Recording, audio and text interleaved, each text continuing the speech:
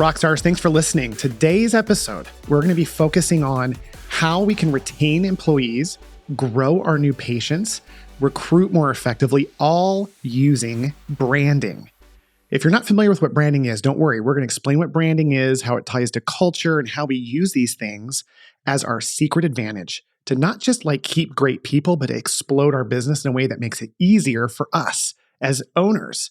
We're talking to Jared and Afton Egan. Jared is a physical therapy leader of leaders. He used to work with me in my old practice. He married Afton, an interior design expert and leader in her own right, and have created this unique culture that when I walked into their open house 5 months ago, I literally was blown away. They're going to talk about what they did and all the small things they did to make their practice stand out in a way that I will never forget. And it gets emotional because we're talking about how branding ties to charities and how that impacts them. This is definitely an episode you're going to want to stick to the end of. Enjoy the show. So what are some of the challenges you guys are facing right now, or lessons that maybe you've learned recently that might be relative to where you guys are right now? Well, one of the concepts we maybe wanted to talk about was branding, kind of as you saw, Yeah. how for me, I had some exposure to it. Like you gave a training a long time ago on branding, and when we transitioned, and it was, the importance of not just the color, but all the different factors that go into that. And we talked about Chick-fil-A, and it's like, okay, my pleasure, right? It's not just the colors, it's not the colors, or the logo, only. Right? It's like a whole experience. And we talk about the patient experience in physical therapy all the time, but we feel like we have our brand is part of the experience, and everything that we provide from the second they walk in to when they go to the bathroom to when they, every single. Yeah. Even when they go to the bathroom, Yes. You hit something on that. So is branding something that's top of mind for both of you guys right now?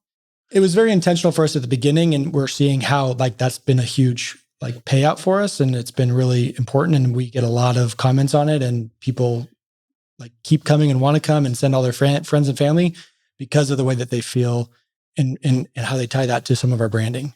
What are the results of your intentional branding that when you opened? Because you opened May 28th. May 28th. You haven't been even open a year. Not even 5 months. Okay. So you've been open for 5 months, Yeah. but you started something very differently. You were very clear on your branding. Yeah. What are the results that you're seeing in 5 months that you attribute to the branding? Well, for me, it's, again, patients come in, and probably statistics better than I do on the percentage of patients who drop out within the first 3 visits. Yeah. And so we thought, how can we create an experience that's so powerful, so almost we call it stimulating the senses in every single way, all senses. When you walk in, what does it sound like? What's the music? What does it smell like? What does it look like? That's a big one that we think of, right? But what does it feel like? What's the temperature? How are you welcomed? But how do you feel cared for? And you feel cared for even when you go to the bathroom and there's amenities. Yeah. Talk about the amenities in the bathroom. Afton, this was your idea. Yes. What was my idea? Because I went to the bathroom at your open house and I was kind of blown away.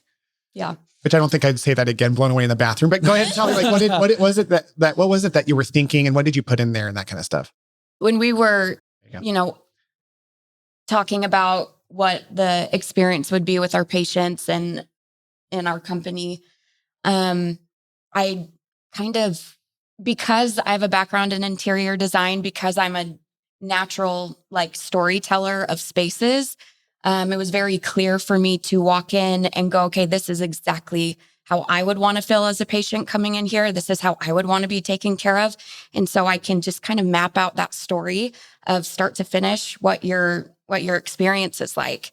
And so to me, I like hotels. I like going on vacation. I like luxury things. And that makes me feel valued and important and taken care of. And I notice those things. I notice when, you go to a hotel and pillows are folded a certain way.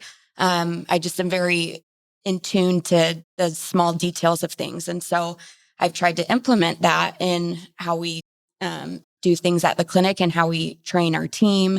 Our pillows are literally folded they would be at a hotel. There's a specific folding process that we do. And in the bathrooms, I wanted it to feel like if you're coming into physical therapy and you are in pain, you are just barely post-op, you are, postpartum, you don't feel good. If you need to go to the bathroom, I want you to feel like, oh my gosh, maybe this was really hard just to come to therapy. And maybe you need to take a second in the bathroom and just like catch your breath. And we've got mints, we've got deodorant, we've got, toothpicks, we've got it. Like, we care about you and we care about where you are in this journey in your life. And we want you to feel important because you are. Yeah. What I heard you say is that it takes a degree of empathy of understanding what that's like. And what's so cool, listen, I had, a handful of practices for decades. Like, it never occurred to me that the person I was working on all day as a therapist, who I was helping deal with post-op stuff, and I'm talking to them about their bathroom experience and how they transition off of commodes and whatever.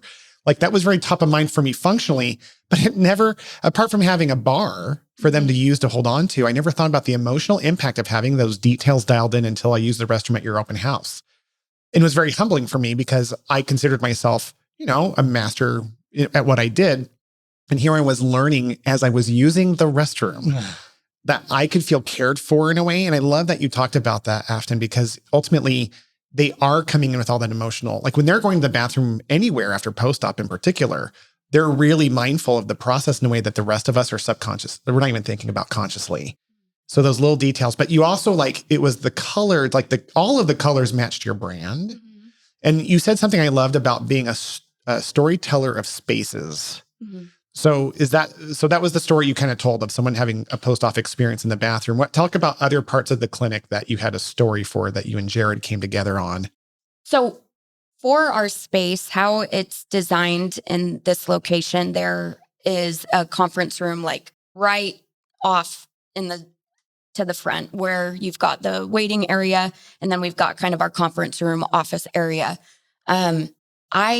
And there's also a window so patients can see, and it's right there. I wanted that space, since it would typically be storage or, office type things. Yeah. I wanted it to feel more residential. I wanted it to feel more homey, welcoming, very clean, organized, intentional.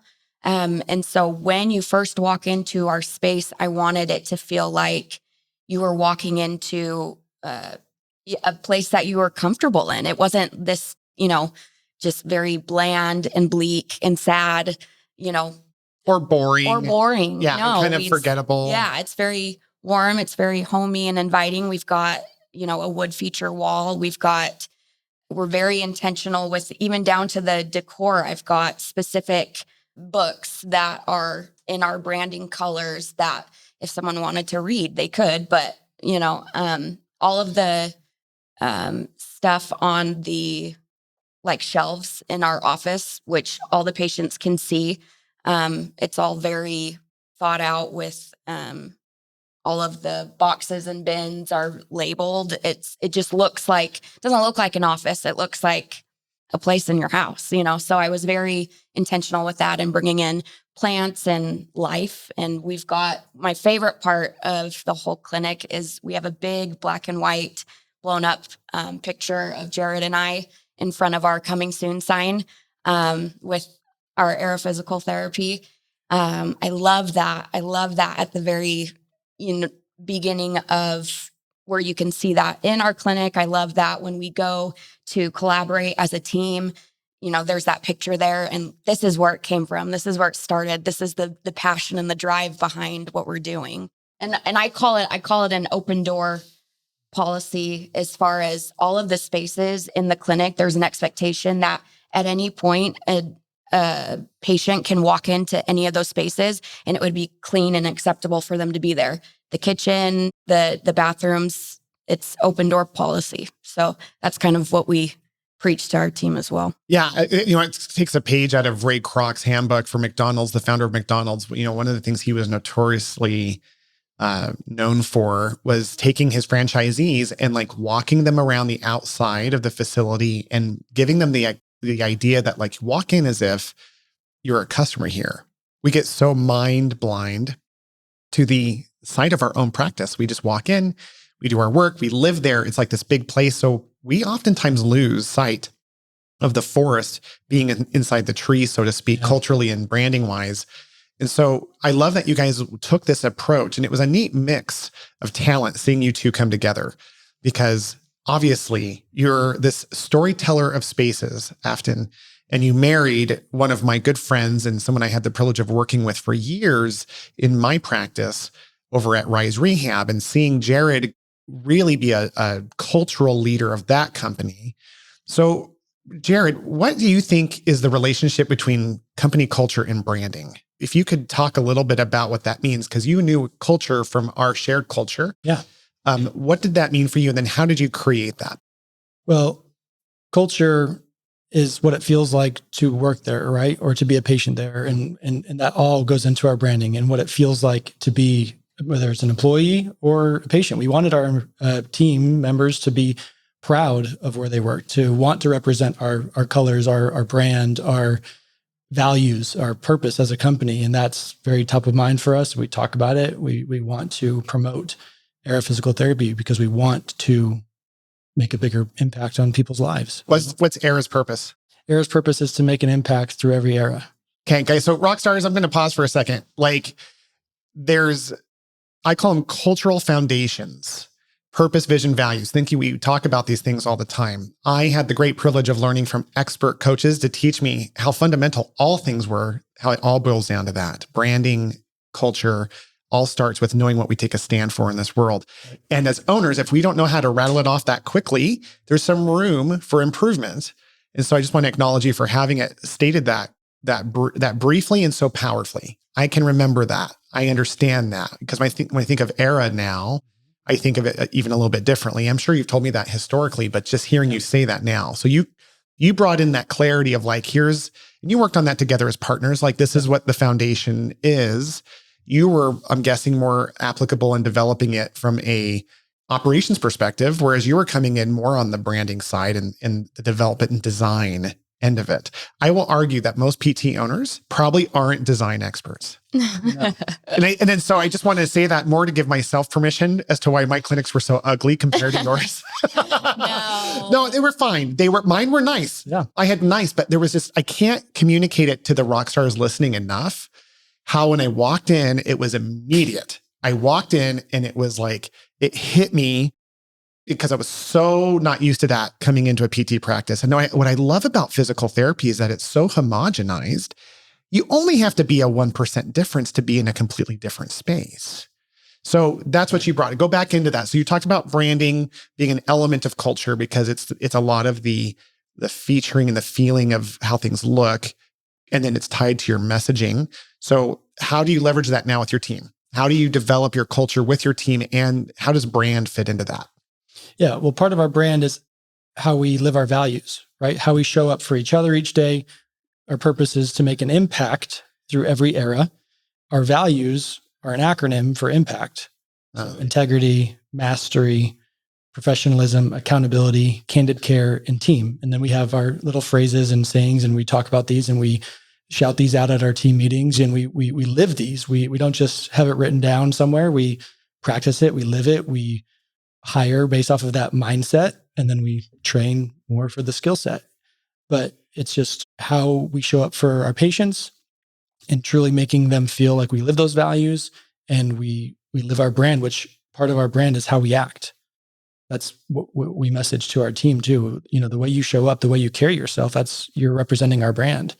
And so really holding each other accountable to a higher standard of care that we want to provide, that no matter when someone walks in, no matter what room they walk in, no matter whatever it is, we are representing ourselves through our brand, through how we act, through how we show up. And that's shown through. And we get lots of patients sending their friends and family and referral sources and everything just really love us because they hear from their patients how special their experience was and how different it was from every other experience. So now I have a certain referral source who, anytime a patient says, I've been to physical therapy, I didn't really like it, they say, go to Jared, go to Aera Physical Therapy. You know, we've already in a few short months kind of built that trust as someone who will provide a better experience for patients. Yeah. And I just want to highlight for listeners some of the stats that we can't get. I really don't want to get into your specific stats on air, but like you have been open for 5 months. You're in the hundreds of visits. You're in the process of hiring multiple physical therapists. You're profitable and then some. Like you have this incredible success that ties back to the foundation of this. And I don't want to lead you down this road, but I'm assuming your branding and your cultural development had a significant piece to do with your success. Is that fair to say? Absolutely. What percentage would you give it if you had to give it a percentage? I don't know. A large, living our culture, you can give good care and get people to come back, but it just feels like a difference between slowly, painfully growing a clinic and what we're doing, which is like exploding. And yeah, so it's been a big difference. And I do have to say, like, without a lot of the foundations that you gave me and without my strategic partner, Brian Wright, who's just been phenomenal in providing a lot of this clarity and focus and mindset and tools to help me implement into my practice, has just been incredible. Couldn't have done it without every person in my life that has shaped me. And obviously Afton has been one of the biggest tangible day-to-day impacts. It's been very, really, very, very fun. I love that. That's one of the core concepts of our podcast, is the importance of understanding how who you know and is way more important than what you know. Your network is your net worth. And so you've definitely created equal or more value for me. Afton, my question for you now, talking about this like storytelling of spaces, how have you thought through the branding aspect from the employee? We talked about the customer experience in the bathroom, and I'm sure there's overlap, but what special attention do you give to the employee experience when it comes to branding? Oh, I'm so glad you asked me this. I knew you'd probably have a great answer. Yeah. Well, I love our team. They don't come better than our team at Aera. Again, I kind of take it back to, okay, if I were in the workplace, how would I want to feel? How would I, want to be treated?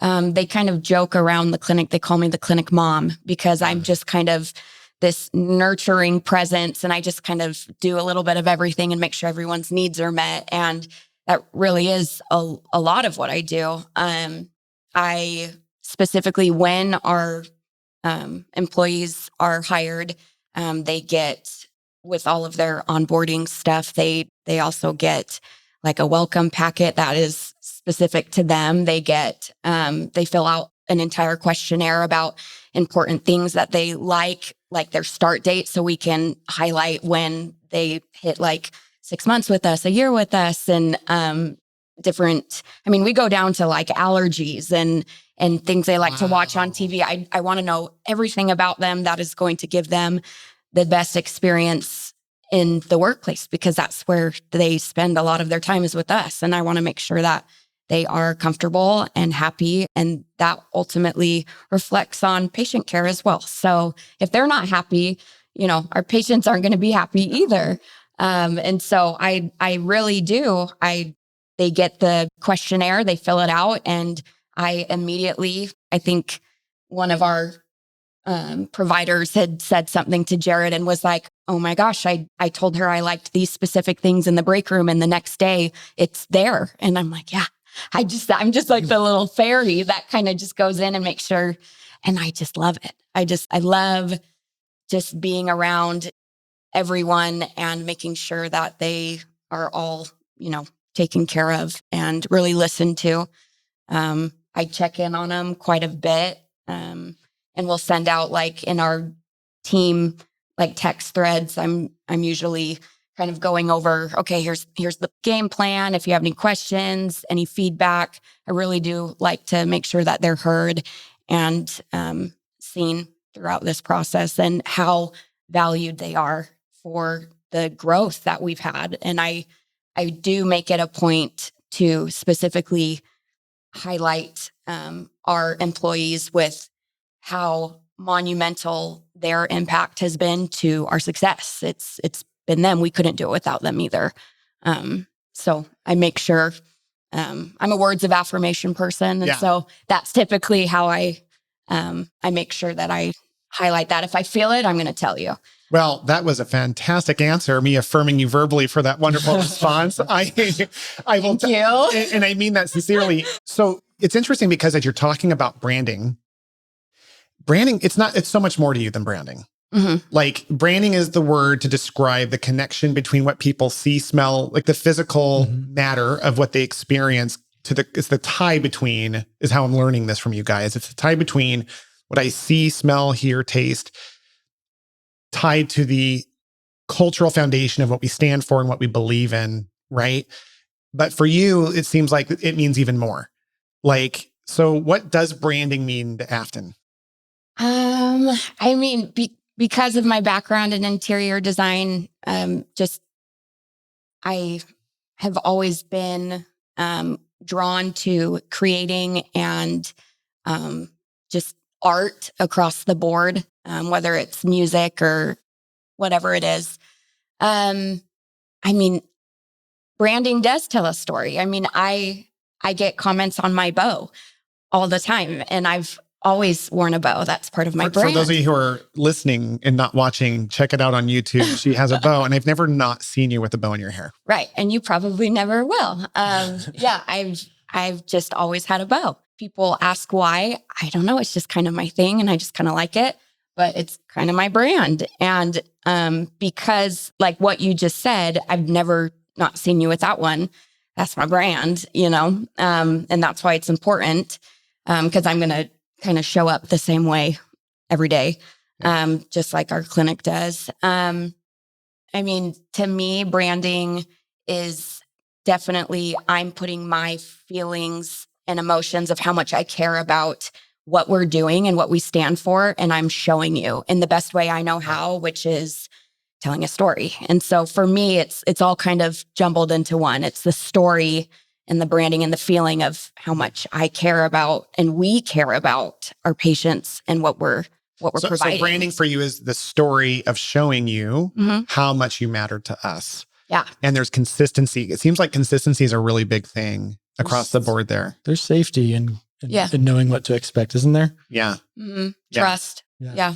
Okay. Best book ever. Anyone listening, hands down, most important business book I've ever read, The Speed to Trust, Stephen Covey. Hands down. And I think what you guys are really building here is that concept of consistency around messaging and feeling. McDonald's, I always go back to them because as much as they get ripped on, they're who they are for a reason. Right. And they are so intentional about their branding and their storytelling that they want children to have a certain feeling and experience. That's why it's like no matter what country in the world you're in, there are similarities that are so consistent. You're in a McDonald's, you have a feeling that you're going to have that experience that ties back to your childhood. And it's because thoughtful people created stories around that.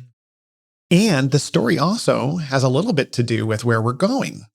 So Jared, what does your story and branding say about your vision? First, share your vision, and then talk about how branding ties into that for you. Yeah. So we have a vision that we created. It's kind of like a 3-year vivid vision as part of a book and everything that Brian had turned me on to. And so the vision is basically to grow and to spread and to make the largest impact we can in our community and then in the nation and in the world. So don't know how far reaching that is yet. We've kind of, like I said, reached out 3 years, and we want to expand. We want to grow. We want to make as big of an impact as we can on as many lives as we can. What does that mean in terms of like specifics? Do you have a dream of certain number of locations? Do you have like anything like that? Within 3 years or just in general? Yeah, both. Within 3 years, we'd like to have 3 locations. Look how specific that was. Yeah. So again, rock stars, you're listening. What's your vision? How clear is it? Yeah. Jared is a organic, powerful leader who already kind of went into this knowing in a way that I didn't when I started my journey, and you've got great mentors, but it's that clarity that's so powerful. I love that element of just like 3 years, 3 locations. Easy to remember. I'll never forget any of these things. And I'm, talking to you right now about it. So I can imagine for your team how clear that must be. Yeah, we have a little poster. It's printed up. Everyone can read it. We hand it out in part of the onboarding paperwork. We have to rally around that vision and how we want to show up in the community, what kind of relationships we want with our referral sources, what kind of relationship we want with our social mission, which we give back to the Spina Bifida community, Spina Bifida Association. We haven't talked about that yet, but that's another thing. Part of your brand. It's part of our brand, part of our culture, part of our mission, and down to the color. Down to the color. The Spina Bifida Association color is that teal color. And that's Oh my gosh. part of our, yeah. So, oh boy. Didn't know this was going to be on the internet, did you? You didn't know this. No. So for those of you who are listening again, this is the basket. You should jump over to YouTube or Spotify and check out the video podcast. Because right here, I've got in my hands this gift that I got from both of you, something I love. And it's so specific. Obviously, we're in October as we're filming this, so it's got a happy Halloween piece. There's some bones there. There's a water bottle. There's all this. Did you see the card? Look at I did not see the card. Oh, that's the best part. See, it's truly, I'm bad at details. And I think someone who cares at your detail and your level is able to produce details that are phenomenal. So I'm looking at this card now. It says, Happy Halloween from Aera Physical Therapy, keeping bones and bodies spooky strong. And it's got these skeletons. So this is a nice sample of what you create. It's one thing to have this. It was another thing that you brought it to me to be on the show, right? So what is it about this color that speaks to you, and colors and maybe in general as you're coming up with schemes and plans for messaging? Like, what do you think about in general? And then what made you land on this color? Right off, what made us land on that color was the fact that the Spina Bifida Association of Arizona has that same kind of teal color. So it was based on the charitable purpose. On our social mission. On our social mission. And you wanted to match. I've got chills. Yeah. So it wasn't like a color and then you picked the charity based on the color. It was like, what difference do we want to make? Yep. And looked at their branding and you mirrored it to create consistency across brands. Holy cow, that's brilliant. Yeah. Okay. So does the color matter? What if it was like a hot orange? Like, what would you have done? I mean, I think we would have made it work. I mean, that's my forte, is we would have made it work, but Wow. It was actually Jared's idea. We did talk about, when we were talking about our social mission, we definitely wanted to, it needed to be geared towards advocacy in the disabled community. That's something that we live in our personal life as well, with my son who has spina bifida. I didn't know that. Yes. So my son Ranger is 8 and he has spina bifida.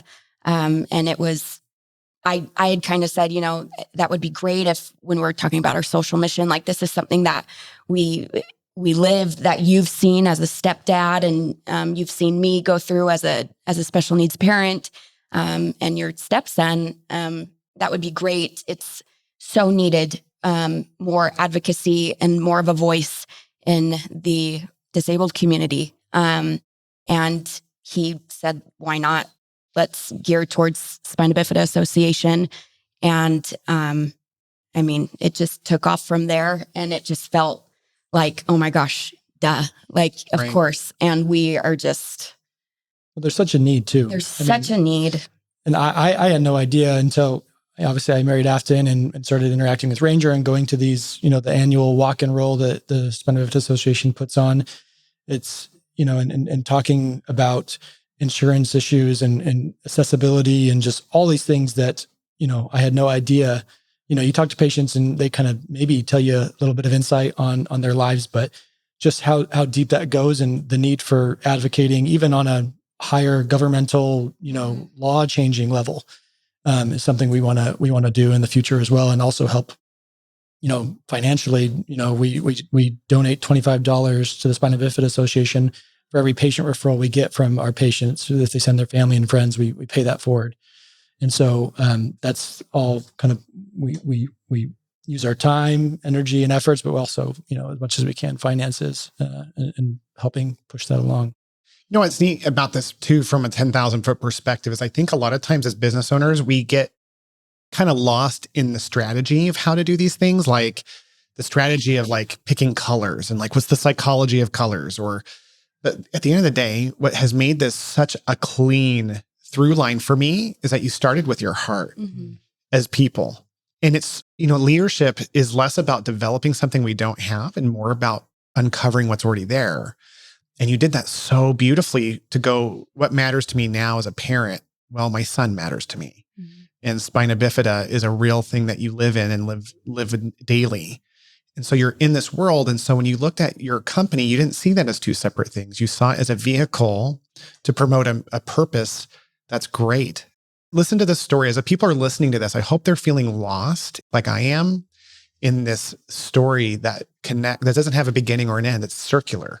It's about like it shows up like color, but it feels like family, right? And that story bleeds into what my patients feel when they're using the restroom, my employees feel when they hit their 6-month anniversary, or what my son feels every day when he's struggling through an issue.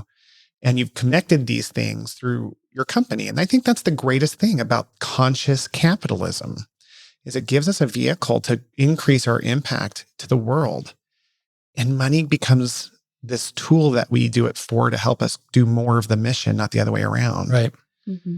So I am greatly touched by how you guys have created this, and I'll never think of your off-color teal again. I wondered if it was more of like a psychological thing, but it wasn't. It wasn't how the color made you feel. It was how what that color's organization makes you feel, and you're continuing that through. So your vision, love that. Rockstars, as you're listening, I hope you're understanding this is also a masterclass on retention. According to LinkedIn, 88% of our people leave us because they don't see a future in the company for them. So it's our job to create the line in the sand, the purpose, the emotional connection, and a future where they can grow. If I'm working with you guys and I have Afton looking out for me and Jared leading me, and then I look to the future and I see growth, opportunity, and it's not just for me, it's for the Spina Bifida organizations or whatever our stance is. Yeah. I start to recognize this as a rare thing. This is a rare thing. So guys, listen, this has been a phenomenal episode. If people wanted to get a hold of you to learn more about branding, I'm going to go to Afton. Branding, if people had questions on that element, what kind of, how do they get a hold of you? I would say my email, which is pr@eraphysicaltherapy.com. ERA, so Aera physicaltherapy.com. Yep. Okay. And then Jared, if people wanted to get a hold of you to understand more about how to work with the Spina Bifida Foundation, work with you professionally as an employee, or collaborate with you on any level, how do they get a hold of you? Yep. Same thing, jared.egan@aeraphysicaltherapy.com. Also our website, you can contact, that goes straight to my email, and reach out to us that way as well. Give us a call. Yeah. Okay.